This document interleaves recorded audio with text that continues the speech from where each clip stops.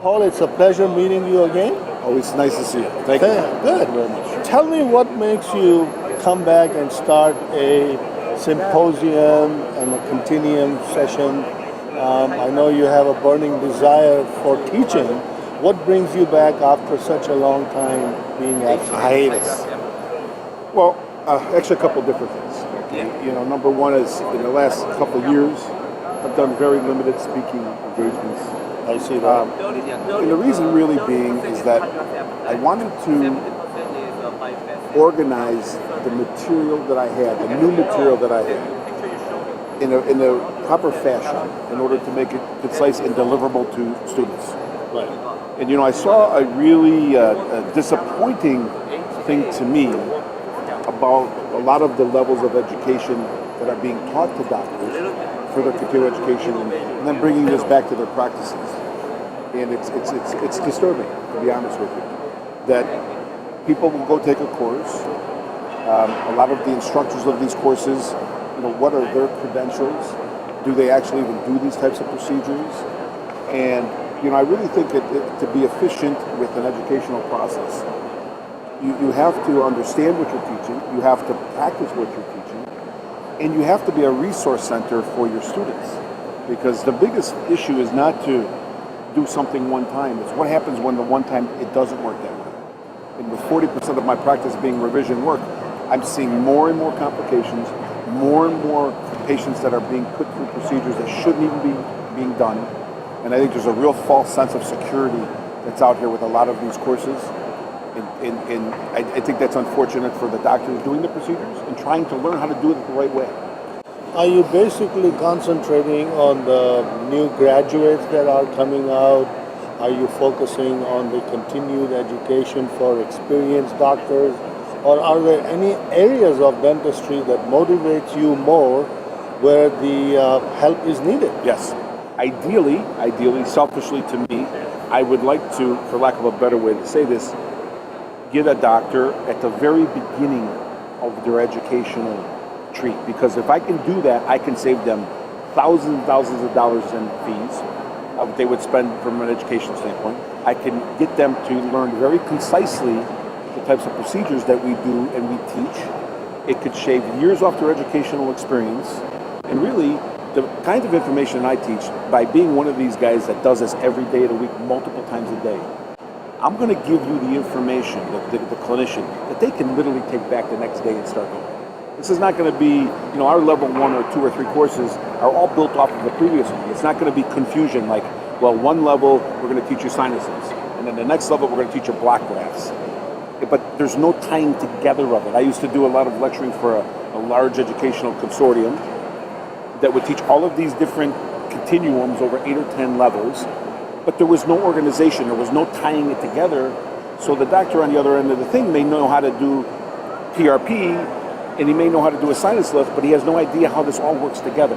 And it could be very confusing, and it's very unfortunate for doctors that are trained that way, because it should be done in a much easier, deliberate way that's concise.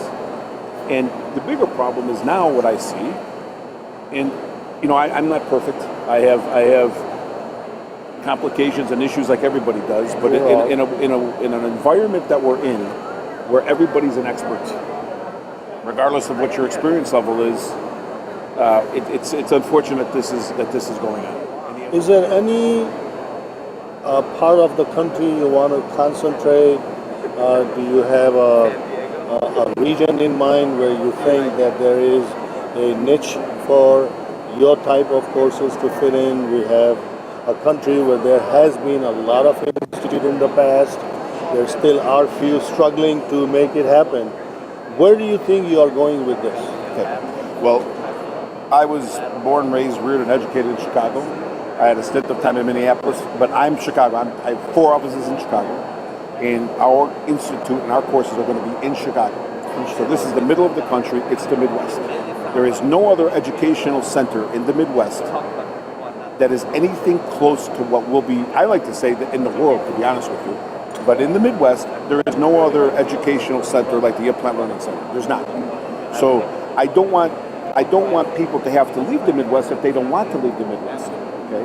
But also, we're very unique, because what we're going to do is that if there is a group of doctors in New York or Dallas or anywhere that wants to have the same experience that we're doing here in Chicago and have it delivered to them, we will take our continuum and we will bring it to them. Okay? That's wonderful. So, and I know that this is a very unique thing. I mean, it certainly is a very unique that if you bring your courses to the study club in other states, not only you save them traveling time, you also save them the downtime of their patients that they are unable to perform surgery. I think it's a unique idea. How did you come about that? Well, a couple different ways. Number one, I'm very aware of doctors going to different countries and doing a lot of surgery, okay? Because this happens to be offered in this one continuum. I believe that in order to get my message out to doctors, okay, and this is one of immediacy. I mean, it's one of simple surgery for patients, experiences for them to go through, and success. There are too many revision procedures needing to be done. So I'm going to, and my idea is about is, listen, you know, if people aren't going to come to me, I'm going to come to them. Okay? Because I feel so passionate about that. Okay? And, you know, and as I was saying earlier about these doctors going to these different countries and doing, you know, 30 implants in a week. I mean, that's wonderful. If you want to go and learn how to make an incision and drill a site, put an implant in, that's great. But the problem with this is that we're not teaching them. We're not teaching them the proper steps and stages of how to do this and be successful. I mean, and once you do one the right way, then you run to the second one. And I just think that model, we're going to be offering that. We're going to be offering students the opportunity to go to South America and have the same experience, but it's going to be very detailed and organized that we're going to start planning level 1. So over 6 or 7 months, the students are going to be dictating to us what types of cases they want to do, and then we're going to arrange that so that they're just not going down and doing a bunch of implants with really no guidance and no direction on what's being done. It's a wonderful plan you have. Paul, I've known you have been very successful in what you do. I want to thank you, good luck, and look forward to working with you. And we are looking forward to working with you as one of our key people in the course. Thank you.